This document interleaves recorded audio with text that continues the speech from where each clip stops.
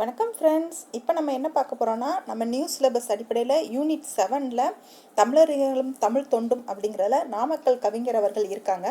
அவங்கள பற்றி தான்ப்பா இந்த வீடியோவில் பார்க்க போகிறோம். வாங்க நம்ம வீடியோக்குள்ளே போகலாம். ஃபஸ்ட்டு அவங்க எங்கள் தமிழ் அப்படின்னு தமிழை பற்றி ஒரு பாடல் கொடுத்துருக்காங்க. அந்த பாடல் என்னது அப்படின்னு சொல்லி பார்ப்போம். அதுக்கு முன்னாடி இந்த நுழையும் முன்னில் அந்த பாக்ஸ் கொஸ்டினில் என்ன சொல்கிறாங்கன்னு பாருங்கள். உலக மொழிகளில் தொன்மையான மொழி எதுன்னு கேட்டிங்கன்னா அது தமிழ் மொழி தான் அப்படிங்கிறாங்க. ஏன்னு கேட்டால் அது மென்மையும் இனிமையும் வளமையும் உடைய மொழி தான் தமிழ் மொழி அப்படின்னு சொல்கிறாங்க. நம்ம வாழ்க்கைக்கு தேவையான அன்பையும் அறத்தையும் கூறுது. ப்ளஸ் அது கால சூழலுக்கு ஏற்ப மாற்றங்களை ஏற்று என்றும் இளமையோடு திகழ்கிறது அப்படின்னு தமிழ் மொழிக்குரிய சிறப்பை நாமக்கல் கவிஞர் சொல்கிறாங்க. இந்த பாடலில் என்ன சொல்கிறாங்கன்னு பாருங்கள். அருள்நெறி அறிவை தரலாகும், அதுவே தமிழன் குரலாகும் அப்படிங்கிறாங்க. அருள் நெறியை அதாவது அருளுக்கான வழியை தேடுற அறிவை என்ன கொடுக்கும் அப்படின்னா நம்ம தமிழ் மொழி கொடுக்குதுன்னு சொல்கிறாங்க. பொருள் பெற யாரையும் புகழாது, பொருள் நமக்கு வேணும் அப்படிங்கிறதுக்காக யாரையுமே புகழ்ந்து சொல்லாது நம்ம தமிழ் மொழி அப்படின்னு சொல்கிறாங்க. போற்றாதாரையும் இகழாது, நம்மளை யாரும் போற்றலைன்னா கூட நம்மளை போற்றலையே அப்படின்னு சொல்லி அவங்கள தாழ்வாக பேச மாட்டாங்க அப்படின்னு சொல்கிறாங்க. கொல்லா விரதம் குறியாக கொள்கை பொய்யா நெறியாக, அதாவது கொல்லாமை அப்படிங்கிற விரதத்தில் அவங்க குறியா இருக்க மாட்டாங்க. ப்ளஸ் அவங்க கொள்கை பொய்யான நெறியை அவங்க கொள்கையாக வச்சுக்கிட மாட்டாங்க அப்படின்னு சொல்கிறாங்க. எல்லா மனிதரும் இன்புறவே, எல்லா மனுஷங்களும் இன்பமாக இருக்கணும் அப்படின்னு தான் எண்ணுவாங்க. என்றும் இசைத்திடும் அன்பரமே அப்படின்றாங்க. என்றைக்குமே எல்லார் மேலேயும் அன்பாக தான் இருப்பாங்க அப்படின்னு சொல்கிறாங்க. அன்பும் அறனும் ஊக்கி விடும், நீங்கள் தமிழ் படித்தீங்க அப்படின்னா உங்கள் மனசில் அன்பும் அறனுமே பெருகி வரும் அப்படின்னு சொல்கிறாங்க. அச்சம் என்பதை போக்கி விடும் அப்படிங்கிறாங்க. உங்கள் மனசில் அச்சம் பயம் அப்படிங்கிற ஒன்றே உங்கள் மனசில் இருக்காது நீங்கள் தமிழ் கற்றுக்கிட்டீங்கன்னா அப்படின்னு சொல்கிறாங்க. இன்பம் பொழிகிற வானொலியாம், அதாவது இன்பம் ரொம்ப மகிழ்ச்சியாக நமக்கு மகிழ்ச்சியை கொடுக்குற வானொலியாம். எங்கள் தமிழனும் தேன்மொழியாம், எங்கள் தமிழ் தேன் மாதிரி எங்கள் காதில் பாஞ்சு எங்களுக்கு இன்பத்தை கொடுக்குது அப்படின்னு தமிழ் மொழியை ரசித்து அவங்க சொல்லியிருக்காங்கப்பா. இதை யார் சொல்லியிருக்காங்கன்னா நாமக்கல் கவிஞர் அவர்கள் ராமலிங்கனார் அவர்கள் தான் சொல்லியிருக்காங்க. சொல்லும் பொருளும் பாருங்க.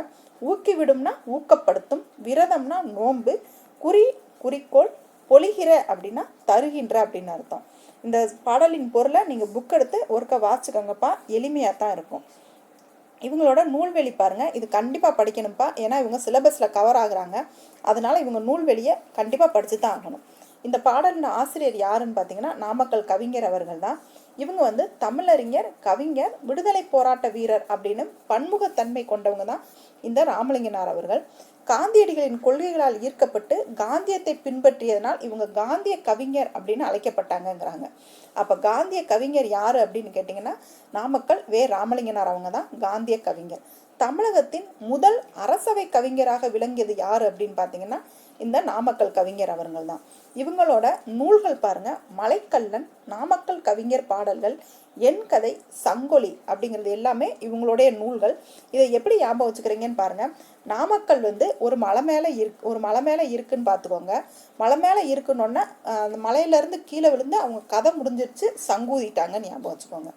நாமக்கல் மலை மேலே இருக்கு. நாமக்கல் அப்படின்னா நாமக்கல் கவிஞர் பாடல்கள். மலை மேலே இருக்குன்னா மலைக்கல்லன். அங்கே மலைக்கல்லனை மலை மேலே இருந்து தள்ளி விட்டாங்க, கீழே விழுந்து அவங்க கதை முடிஞ்சிருச்சு, சங்கூதிட்டாங்க. கதை முடிஞ்சால் சங்கு ஊதிடுவாங்கல்ல, அப்போ என் கதை சங்கொலி அப்படின்னு ஞாபகம் வச்சுக்கோங்க. இவங்களுடைய நூல்களை எளிமையாக நீங்கள் ஞாபகம் வச்சுக்கலாம். நாமக்கல் கவிஞர் பாடல் அப்படிங்கிற பாடல்ல இருந்து தான் நமக்கு அந்த பாடலை கொடுத்துருக்காங்க அப்படின்னு சொல்கிறாங்க. நெக்ஸ்ட் பாருங்க. இவங்க சுதந்திரத்துக்காக நிறைய பாடல்கள் பாடியிருப்பாங்க. அப்போ உப்பு சத்தியாகிரகத்தப்ப ஒரு பாடல் பாடியிருப்பாங்க. அந்த பாடல் என்னன்னு பாருங்க. கத்தியின்றி ரத்தமின்றி யுத்தம் ஒன்று வருகுது அப்படிங்கிறாங்க. அதாவது கத்தியும் இல்லாமல் யார் மேலேயும் ரத்தமும் ரத்தக்கரை படியாமல் ஒரு யுத்தம் நடக்குது அப்படிங்கிறாங்க. ஒரு போர் நடந்துகிட்டு இருக்கு, அது வருது அப்படிங்கிறாங்க. சத்தியத்தின் நித்தியத்தை நம்பும் யாரும் சேருவில், அதாவது சத்தியம் அப்படின்னா உண்மையை மட்டும் யார் நம்புறீங்களோ அவங்க எங்களோட சேர்ந்துக்கோங்க அப்படின்னு சொல்றாங்க. கண்டதில்லை கேட்டதில்லை சண்டை இந்த மாதிரி அப்படிங்கிறாங்க. இது மாதிரி ஒரு சண்டையை நான் எங்கேயும் பார்த்ததும் இல்லை, நான் எங்கேயும் கேள்வி கூட பட்டதில்லை. அந்த மாதிரி ஒரு சண்டை இங்கே வருது அப்படிங்கிறாங்க. அது பண்டு செய்த புண்ணியம்தான் பழித்த நேரம்தான் பார்த்திடவே. அது அது எந்த மாதிரினா நம்ம செஞ்ச புண்ணியத்தினால தான் இந்த மாதிரி நம்ம பார்க்குறோம் அப்படிங்கிறத இவங்க சொல்கிறாங்க. இந்த பாடல் வரிகள் வந்து ராமலிங்கனார் கவிஞர் அவர்களோட பாடல்ல இருந்து எடுத்த பாடல் வரிகள் தான்ப்பா. உப்பு சத்தியாகிரகத்தப்ப வந்து இவங்க இந்த பாடல் வந்து இயற்றிருப்பாங்க. நெக்ஸ்ட் புக் பேக் பாருங்க. நெறி அப்படிங்கிற சொல்லின் பொருள் என்ன அப்படின்னா வழிதான். குரலாகும் அப்படிங்கிற சொல்ல வந்து பிரித்து எழுதணும் அப்படின்னா குரல் பிளஸ் ஆகும். வான் பிளஸ் ஒளியை சேர்த்து எழுதணும்னா வானொலி அப்படின்னு தான் வரும். சரிங்களா? நெக்ஸ்ட் ஓல்டு புக்கில் பாருங்க. இவங்களோட பெண்மை அப்படிங்கிற தலைப்பில் வந்து ஒரு பாடல் கொடுத்துருப்பாங்க. அதையுமே நம்ம பார்த்துடலாம்ப்பா. ஏன்னா இப்போ நம்ம new book plus old book ரெண்டையுமே கவர் பண்ணிக்கிட்டு வரோம். அதனால இவங்க ஓல்டு புக்கில் கொடுத்த பாடல் வரி பாருங்க. அன்பும் ஆர்வமும் அடக்கமும் சேர்ந்தும் உண்மை தன்மை உறுதியும் மிகுந்தும். அதாவது அன்பு ஆர்வம் அடக்கம் எல்லாமே சேர்ந்து உண்மையான தன்மையா உறுதியும் மிகுந்து தன்னலம் மறுப்பும் சகிப்புத்தன்மையும். தன்னலம் இல்லாம எல்லாத்தையும் சகிச்சுக்கிட்டு இயல்பாய் அமைந்தும் இன்ப சொரூபமாய் இயல்பா இன்பமா தாயாய் நின்று தரணியை தாங்கும். ஒரு அம்மாவா இருந்து இந்த பூமியை வந்து தாங்குறாங்க. தாரமாய் வந்து தளர்வை போக்கும். மனைவியா வந்து நமக்குரிய கஷ்டத்தெல்லாம் வந்து அவங்க ஷேர் பண்ணிக்கிறாங்க அப்படின்னு சொல்றாங்க. உடன் பிறப்பாகி உறுதுணை புரியும். நம்மளோட சிஸ்டர்ஸ் பிறந்து நமக்கு வந்து உறுதுணை வந்து செய்கிறாங்க. மகளாய் பிறந்து சேவையில் மயிலும். நமக்கு மகளாவும் பிறந்து நம்மளோட சேவைகளில் வந்து அவங்க பகிர்ந்துக்கிறாங்க. அயலார் தமக்கும் அன்பே செய்யும். அடுத்தவங்களுக்குமே கூட அவங்க அன்பாக தான் நடந்துக்கிடுவாங்க அப்படின்னு சொல்கிறாங்க. நாணம் கெடாமல் நட்பு கொண்டாடும். அதாவது நாணம் அப்படின்னா எந்த இடத்துலையுமே அவங்களுக்கான அந்த சுயமரியாதையை விட்டு கொடுக்காம நட்பு கொண்டாடுவாங்க. இதுதான் பெண்மை அப்படின்னு சொல்லி பெண்மைக்கு அழகா ஒரு பாடல் வரி சொல்லி அதுக்கு ஒரு இலக்கணம் வகுத்திருக்காங்க. யாருன்னு பார்த்தீங்கன்னா ராமலிங்கனார் அவர்கள் தான். இதோட சொல்லும் பொருளும் பாருங்க. உறுதி அப்படின்னா உறுதி. சகிப்புத்தன்மைனா பொறுத்து கொள்ளுதல். சொரூபம்னா வடிவம். தரணி உலகம். தாரம் அப்படின்னா மனையாள். சேவைனா தொண்டு. அயலார்னா உறவல்லாதோர். அதாவது உறவினர் இல்லாம அடுத்தவங்க அப்படின்னு அர்த்தம். இவங்களோட ஆசிரியர் குறிப்பு பாருங்கப்பா. இதில் கொஞ்சம் எக்ஸ்ட்ரா கண்டென்ட் இருக்கும். இதை கண்டிப்பாக பார்த்துங்க. ஓல்டு புக்கில் தான் நமக்கு இப்போ கொடுத்துருக்க நியூ சிலபஸோட நிறைய கண்டென்ட் இருக்கும். அதனால் ஓல்டு புக்கை யாரும் ஸ்கிப் பண்ணிடாதீங்க. புக் பேக்கு ப்ளஸ் ஆசிரியர் சிலபஸில் கவர் ஆகிறவங்களோட ஆசிரியர் குறிப்பு இது எல்லாமே கவனமாக பார்த்துட்டு வந்துருங்க. இதோட ஆசிரியர் குறிப்பு பாருங்க. ராமலிங்கனார் வந்து நாமக்கல் மாவட்டத்தில் மோகனூர் அப்படிங்கிற ஊரில் தான் இவங்க பிறந்திருப்பாங்க. இவங்களுடைய பெற்றோர் பேர் பார்த்தீங்கன்னா வேங்கடராமன் அம்மணி அம்மாள். தான் அவங்க பெற்றோர் பேர். இவங்க வந்து கவிதை போட்டிகளில் பல போட்டிகளில் பங்கேற்று பரிசு வந்து வாங்கியிருக்காங்க. தமிழக அரசோட முதல் அரசவை கவிஞராக வந்து ராமலிங்கனார் வந்து இருந்திருக்காங்க.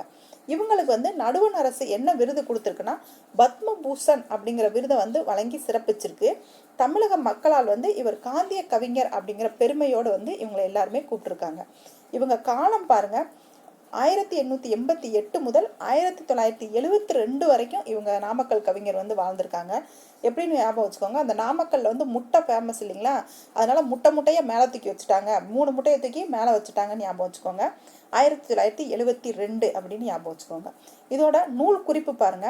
நாமக்கல் கவிஞர் பாடல் அப்படிங்கிற கவிதை தொகுப்புல தெய்வ திருமலர், தமிழ்த்தேன் மலர், காந்தி மலர், தேசிய மலர், சமுதாய மலர், பெரியோர் புகழ் மலர், திருநாள் மலர், சிறு காப்பிய மலர், இசை மலர், அறிவுரை மலர், பல்சுவை மலர் ஆகிய தலைப்புகளில் வந்து இவர் கவிதை வந்து இயற்றிருக்காங்க அப்படிங்கிறாங்க.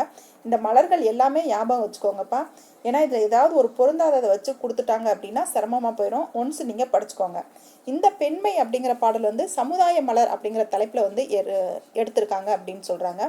இவங்க வந்து காந்திய கவிஞர் அப்படிங்கிறதுனால காந்திய மலர், தேசப்பற்றோடு இருப்பாங்கல்ல அதனால தேசிய மலர், தேசியம் அப்படின்னா சமுதாயம் வந்துடும்ல சமுதாய மலர், தமிழ் தேன் அப்படின்னா இவங்க தேன் மாதிரி கவிதை வந்து இயற்றுறதுனால தமிழ் தேன் மலர், திருமலர் அப்படின்னா அதாவது அவங்களுக்கு வந்து சிறப்பான பெயர் கொடுக்கறதுக்கு தானே திரு அப்படின்னு சொல்லுவாங்க அதனால திருமலர், பெரியோர் புகழ் மலர்னா இவங்க பெரியவங்க மேலே ரொம்ப மரியாதையாக இருப்பாங்க அப்படின்னு ஞாபகம் வச்சுக்கோங்க. திருநாள் மலர் அப்படின்னா நல்ல நாளுக்கு வந்து அவங்க மலர் வச்சுருக்காங்கன்னு ஞாபகம் வச்சுக்கோங்க. சிறு காப்பிய மலர், சிறு காப்பியங்கள் கூட இவங்க இயற்றிருக்காங்கன்னு வச்சுக்கோங்க. இசை மலர், மியூசிக் வந்து இவங்களுக்கு ரொம்ப பிடிக்கும். இவங்க ரொம்ப அறிவார்ந்தவங்க தானே அதனால அறிவுரை மலர். பல்சுவை மலர் அப்படிங்கிறத ஞாபகம் வச்சுக்கோங்க. இது எளிமையானது தான், ஈஸியாக ஞாபகம் வச்சுக்கோங்க. நாமக்கல்லாரின் படைப்புகள் என்னென்ன பாருங்க. அவங்க இசை நூல்கள் வந்து 3, கட்டுரை வந்து 12, தன் வரலாறு 3. அவங்க பாருங்க, தன் வரலாறு எல்லாரும் 1 எழுதுனாங்கன்னா நாமக்கல் கவிஞர் மட்டும் அவங்களுக்கு 3 எழுதியிருக்காங்கன்னு ஞாபகம் வச்சுக்கோங்க. புதினங்கள் வந்து 5, இலக்கிய திறனாய்வு 7, கவிதை தொகுப்புகள் 10, சிறுகாப்பியம் 5, மொழிபெயர்ப்புகள் 4. இதை எப்படி ஞாபகம் வச்சுக்கிறீங்க அப்படின்னா, அவங்களுக்கு இசை நாவல்கள் வந்து 3ன்னு ஞாபகம் வச்சுக்கோங்க. இசை வந்து இவங்க நாமக்கல் தானே, அதனால இசை வந்து 3. அதாவது இவங்க 8 வரும்போது இதை இப்படி கட் பண்ணோம்னா என்ன வரும், 3 அப்படின்னு வரும்ல. அதனால மியூசிக் வந்து 3. கட்டுரை வந்து 12. இவங்க 12th ஸ்டாண்டர்ட் படிக்கும்போது தான் நிறைய கட்டுரை எழுத சொல்லுவாங்க இல்லைங்களா, அதனால கட்டுரை 12. தன் வரலாறு எல்லாரும் 1 எழுதுனா நாமக்கல் மட்டும் 3 எழுதியிருக்காங்கன்னு ஞாபகம் வச்சுக்கோங்க. புதினங்கள் வந்து 5. நம்ம 5th ஸ்டாண்டர்ட் முடிச்சோன்னா நம்ம 6th போகும்போது நம்ம புதுசாக எல்லாமே படிக்கிற மாதிரி இருக்கும். அப்போ புதினங்கள் வந்து என்னது 5thலேயே முடிஞ்சிடும். அப்போ புதினங்கள் 5. இலக்கிய திறனாய்வு 6. உனக்கு 7 திறமை இருக்கா அப்படின்னு சொல்லிட்டு உனக்கு 7 அறிவுமே நல்லா செயல்படுதான் நான் இலக்கியத்தில் செக் பண்ணி பார்க்குறேன்னு ஞாபகம் வச்சுக்கோங்க. கவிதை தொகுப்பு வந்து 10.